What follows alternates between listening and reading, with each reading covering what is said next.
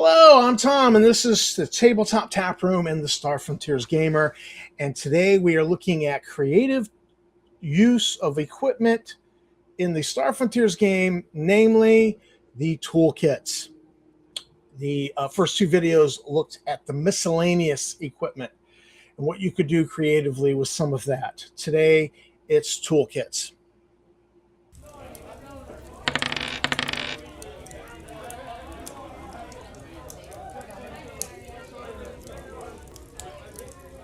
Don't forget that like, subscribe, bell icon. They help build the channel. And moving right along, let's take a look at a share screen. So here you have the toolkits in the Alpha Dawn expanded game. And you see that they are a little pricey, 500 credits. And, roughly in the neighborhood of the cost of a laser pistol. The Tech toolkits, 12 kilograms in weight. The RobComkit, this is a combination kit for computer or robotics repair, and that's 10 kilograms. And then the Medkit is 10 kilograms, and the Enviro Kit is 10 kilograms. Now, I don't have much to say about the environmental kit today, other than it weighs a lot. And it's just 3 scanners. And I like to just rule that it's a tri-scanner that weighs about 1 or 2 kilograms. And it has all the capabilities of the 3 different scanners that are in the environmental kit. Basically, it's Spock's tricorder. But it has explicitly what is said in the environmental toolkit's 3 scanners for its capabilities. So that's what I like to do with that. I don't like this whole 10 kilogram weight because I do think you should be doing encumbrance because it cuts movement in half. It stacks with pain penalty, causing for slowed movement. I think it's an important feature of the game. But let's go and look at the individual items in each toolkit. Okay, I've queued up the Techkit. And reading along here, it says the technician's toolkit contains all the tools needed to make field repairs on vehicles and other equipment. Because plasteel is used to make so many items that formerly were made of steel or iron. The kit weighs only 20 kilograms. Oh, here we go. We saw in the price list that the kit weighed 12 kilograms, and now the description says 20. I ignore the description on that point and go with the lighter weight because encumbrance is the thing. So we ignore that, and it's designed to be carried in a backpack. Tech toolkit contains a socket wrench, adjustable from 5 millimeters to 5 centimeters. Let's talk about that right there. 5 centimeters. Oops. There we go. 5 centimeters. So that's a big nut. And then you have the open end wrench. It's adjustable, same as the socket wrench, from 5 millimeters up to 5 centimeters. And then we get to this item called the electro drive, which rotates all shapes and sizes of screws and bolts. Totally unnecessary, totally redundant, because you've got that socket wrench and you got the open end wrench, but you now have an electro drive. Whatever. It's a bit of a redundant tool. We have 10 meters of insulated wire, and then we have uninsulated wire. 25 meters can support 2,000 kilograms of weight. That's basically 2 metric tons. And that would be, in the real world, a wire that is 6 millimeters to 8 millimeters in diameter, or about 1/4 inch in diameter. So that's a thick bit of wire. I like this next piece. Pry bar, a 1 meter plasteel rod collapses to 10 centimeters. So basically 10 centimeters right there, you could stick that in your pocket, which of course would probably lead to a drawlosite making some sort of corny joke about, is that a pry bar in your pocket, or are you happy to see me? It's unfortunate, but the drawlosite's humor goes in that direction. I'm guessing that we have to presuppose that material science in the Star Frontier setting is quite a bit more advanced. I just can't see how you could have a pry bar that you're going to be putting a lot of pressure on, could collapse, and it still retain strength. But it does, according to the description, so we go with that. You also have a jack that is 5,000 kilogram capacity, will lift a vehicle half a meter, and it collapses to a 20 centimeter tube. 20 centimeter tube. So 20 centimeters right there. That is basically a real world bottle jack, and it's within the capabilities of real world bottle jacks at 5,000 kilograms. So you would be able to jack up a ground car, hover car, Explorer, the Star Frontiers Explorer. You can jack all these vehicles up with that, no problem, and work underneath them. The next, we get a hammer, ball peen, a high impact head. Maybe the handle's not high impact, but it's a high impact head. So yeah, when all else fails, hit it with a hammer. And I would also suppose you could use the hammer as an improvised weapon in Star Frontiers as well. Next up is ion bonding tape. It's 10 centimeters wide by 5 meters long. And 10 centimeters, again, 4 inches. That is a 4-inch wide roll of duct tape, except it's ion bonding tape, and it says it bonds to metal. That you're getting a molecular bond is what it suggests by ion bonding tape. So 4 inches. I mean, I keep 2-inch tape around the house. I have a roll that I think is 3 or 4 inches. It's really like crazy heavy duty. But for the most part, I tend to just stick to using 2-inch duct tape. So this is really heavy duty stuff. Definitely for repairing the body of a vehicle in Star Frontiers. And then you get Plastibond, tube of plastic filler, bonds to any plastic surface in 1 minute, 5 applications. I think the tools are the tools, but the stuff that you're going to be really creative with in Star Frontiers is going to be ion bonding tape. You're going to use it for a lot of things. I think the Plastibond, in particular, I was trying to think, what would I use this for? And I got thinking, if you had the Plastisteel hull patches from the Starship Engineer toolkit, because they're Plastisteel, okay, I'm going to use that, and I'm going to start cutting water packs in half, and then bond them to the underside of that Plastisteel hull patch. Put them in rows like pontoons, like 2 pontoons. I think that would make a very credible raft. Attach a rudder, create some paddles. I think you would be good to go with one of those. So I think that would be a use that you could get out of this Plastibond that's in the toolkit. But it's, again, 5 applications. Then you get this entry of 500 nuts, bolts, clamps, screws, and nails. Pretty much means you can build anything you want. You don't have to worry about it. Oh, do you have enough screws? Yeah, you do. You just do. So if you're building a shelter, you've got nails. If whatever you're building, you can build it. And eventually, at some point, you'll just replenish your toolkit, and it's not that big a deal. So next up is electro snips, powered metal cutting shears. Sheet metal only. I guess they're just not strong enough to cut plastic. So electro snips and spray lubricant, 10 applications, pressurized synth oil. This is your WD-40 more or less. And then spray waterproofing. The spray waterproofing will insulate circuits, cloth, etc. from moisture. You have 5 applications. This is one of those items you might find a creative use for in a situation where you decide to waterproof something.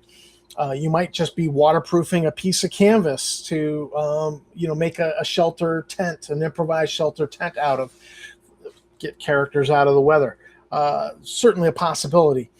The synth oil, I would imagine if you approached the situation and there was like a heavy gate and the game master specified that the hinges were rusty, technician better be pulling out his synth oil lubricant spray up those hinges and try to get them to not squeak when you open them, or make it easier to open the gate because the gates are heavy.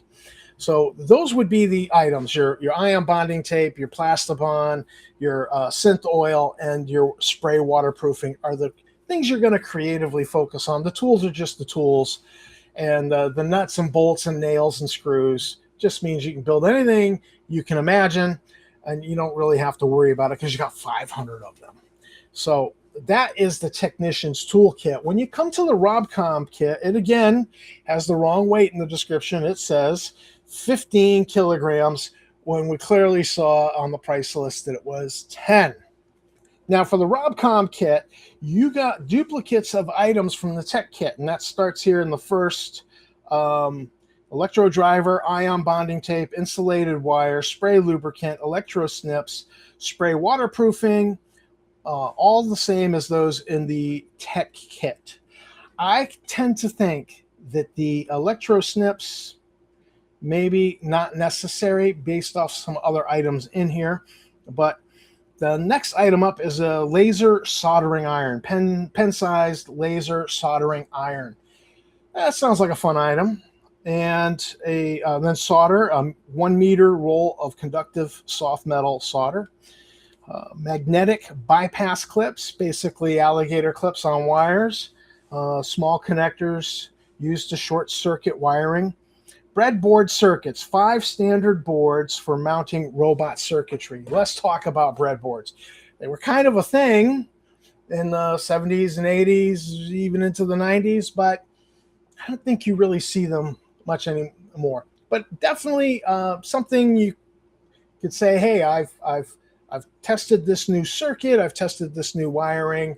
You might use it you might use them to make it look like if somebody had a gun to the character's head and said, you better do this thing, you could be using those breadboard. Yeah, I'm testing out the circuits. It's not, I can't figure out why it's not coming together. You could use it to fake it till you make it type of thing, make it look like you're doing something, providing the NPCs don't have any robotic skills themselves, we hope.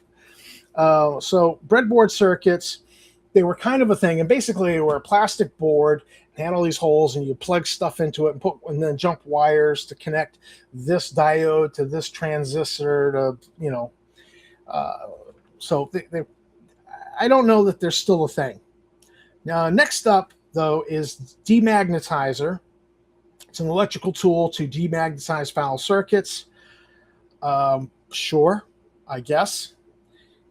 Spray cleaner.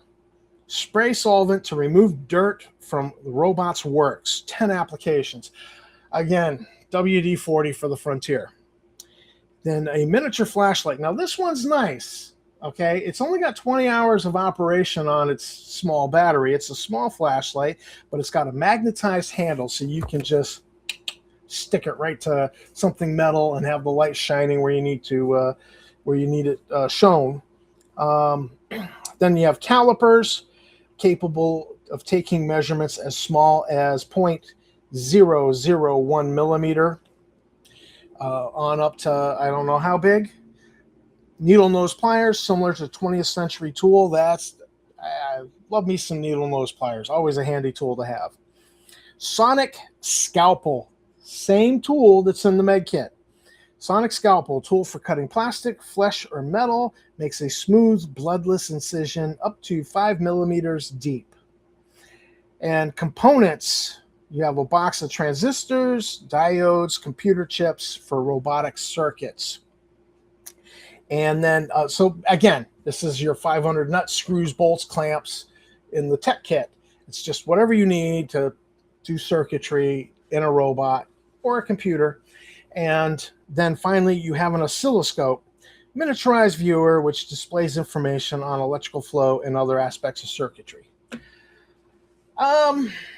Yeah, oscilloscopes are used in auto repair and various things. So there is potential to like break apart, cannibalize the oscilloscope and use it for the wave output while you're scanning something and hooking it up to a scanner. There is that possibility. Certainly, you might hook it up to something else so that you could use it, as a beacon finder, based off the reading on the screen. That would be all. That would I would roll with a player saying that that's what they were doing with it. But I think it's probably going to be one of the most overlooked items in the RobComkit.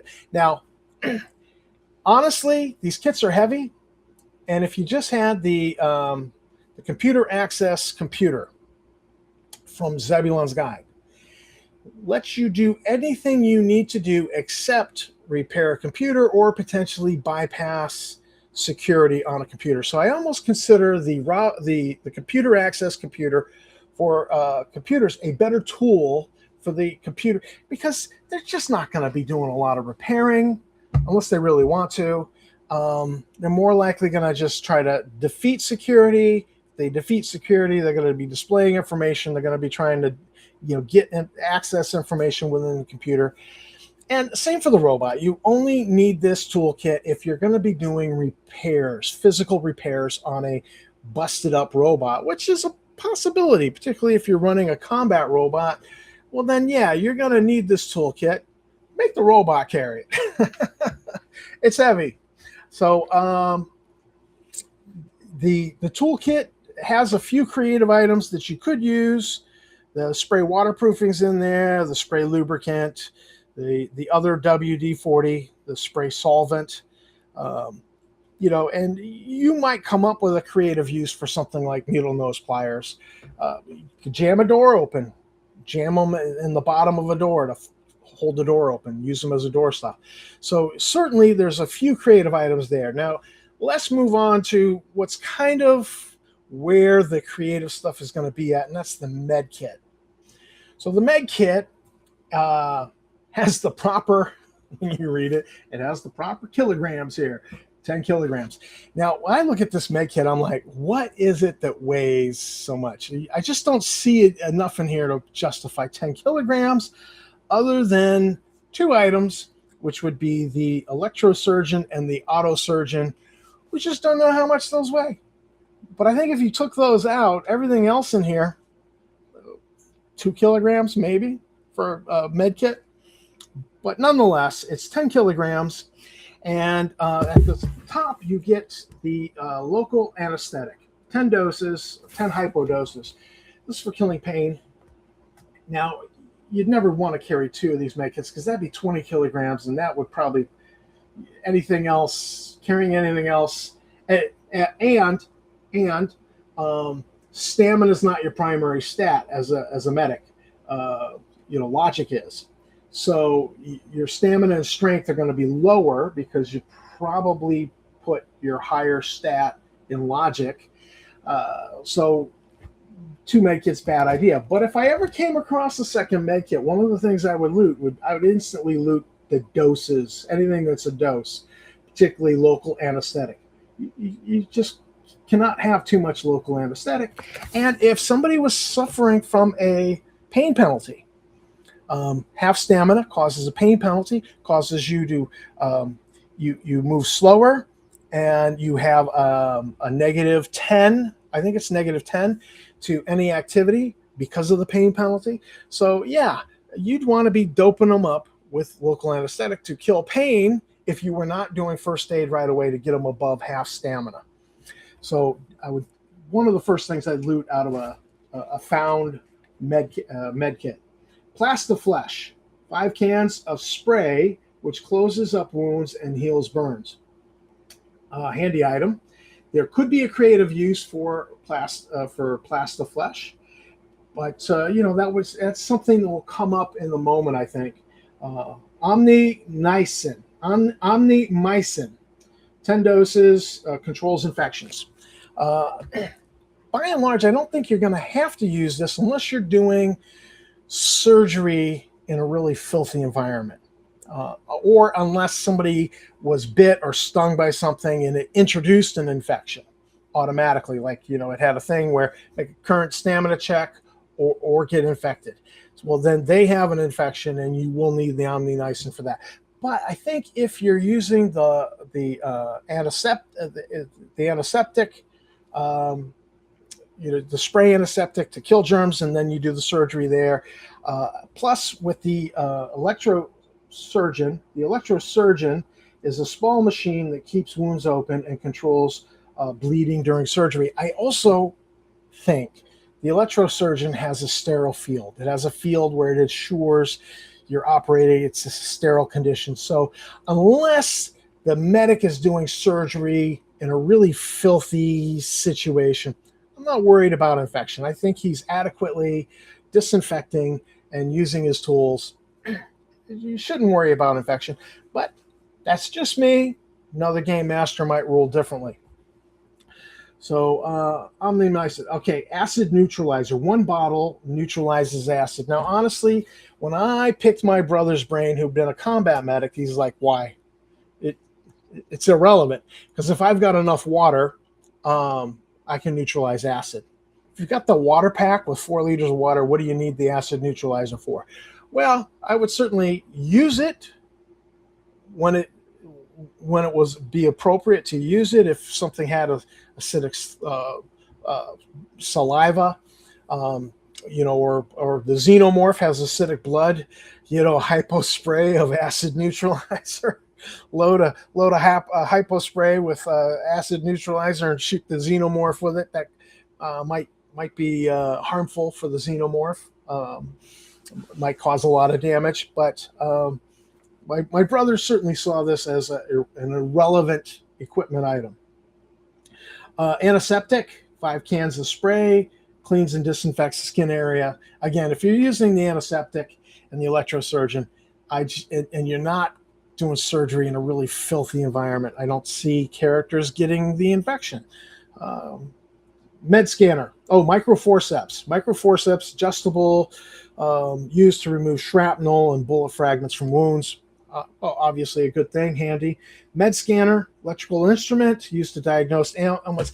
I also imagine that you would be using the med scanner during surgery, that it's scanning and it's showing you, you know, oh, there's a metal object here, and then so you're probing with those microforceps to get that metal object out of the wound.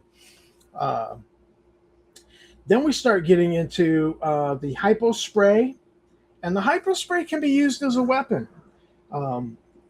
That I believe the rules for that might have been in the basic game rule book for Star Frontiers.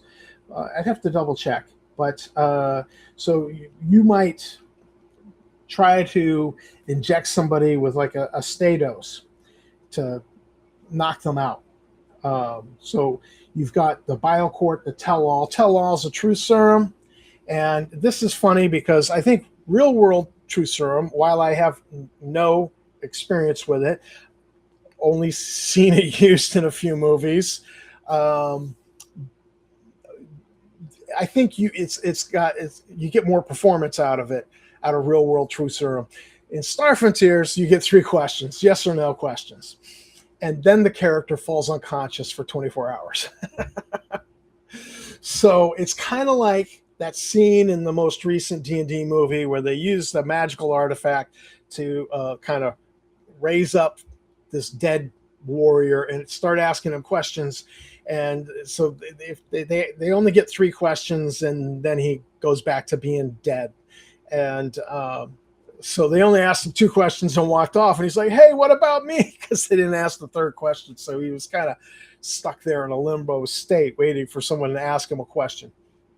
But tell-all lets you ask 3 questions, and then it becomes an effective knockout drug. Put somebody out for 24 hours. I believe the description is 24 hours. And 20 hours, excuse me. So stim dose, will revive an unconscious individual, and Statos will sustain a dying character for 20 hours. The Sonic Scalpel, again, cuts flesh, same tool as the RobComkit. And so this is going to be your bread and butter tool as a surgeon. You also get a laser scalpel, makes deeper incisions. And then the electrosurgeon we covered. The autosurgeon is a special device, allows the medic to operate on himself.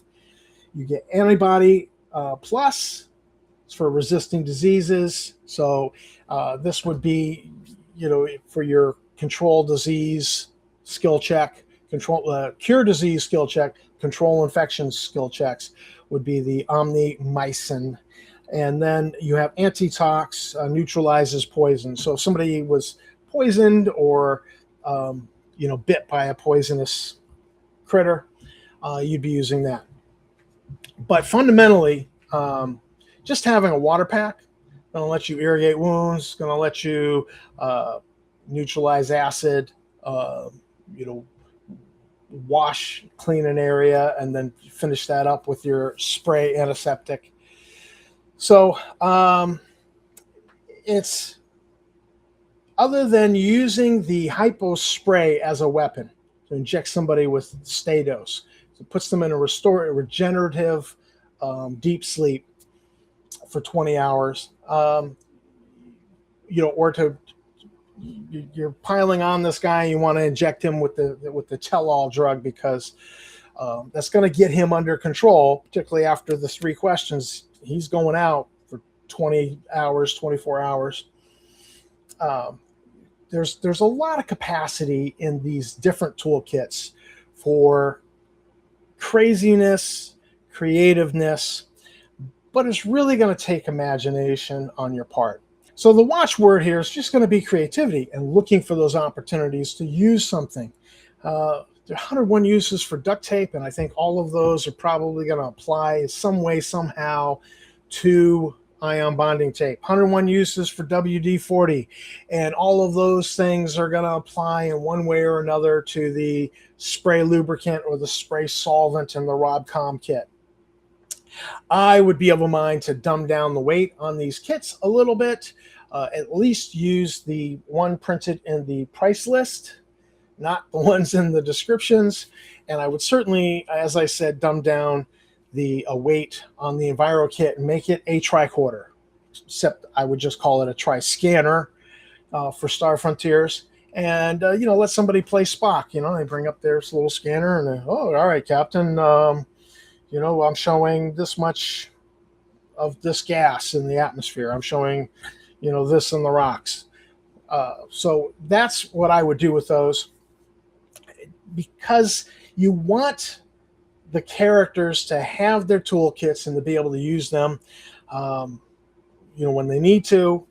And I especially want the science character to not be weighed down with that 10 kilograms environmental kit, which just seems, at that weight, it seems like it's the item you leave in the lab, you leave in the vehicle, you don't carry it.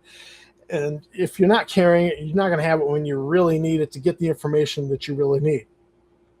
Characters are going to forget to take samples back to the lab, and take samples back to the vehicle to study. That's what I think is going to happen. So I definitely want that one dumbed down to 1 or 2 kilograms and just a handheld scanner. So this is Tom from Tabletop Taproom, Star Frontiers Gamer, with a review of the toolkits. I really think that the tools in the toolkits are just the tools. They let you do what you need to do, but it's the substances in there that are going to be the creative things, your waterproofing spray, your spray lubricant, your ion bonding tape. There's also the possibility that if you were somewhere and you needed to do surgery and all you had was an Everflame for sterilizing the knife in the multi-tool, and then you borrowed the laser scalpel from the computer guy, that you could do, you could do a life-saving surgery on a character.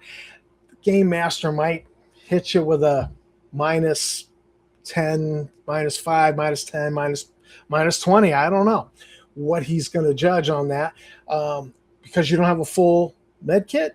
But you could do it. You could get away with emergency field surgery, as it were.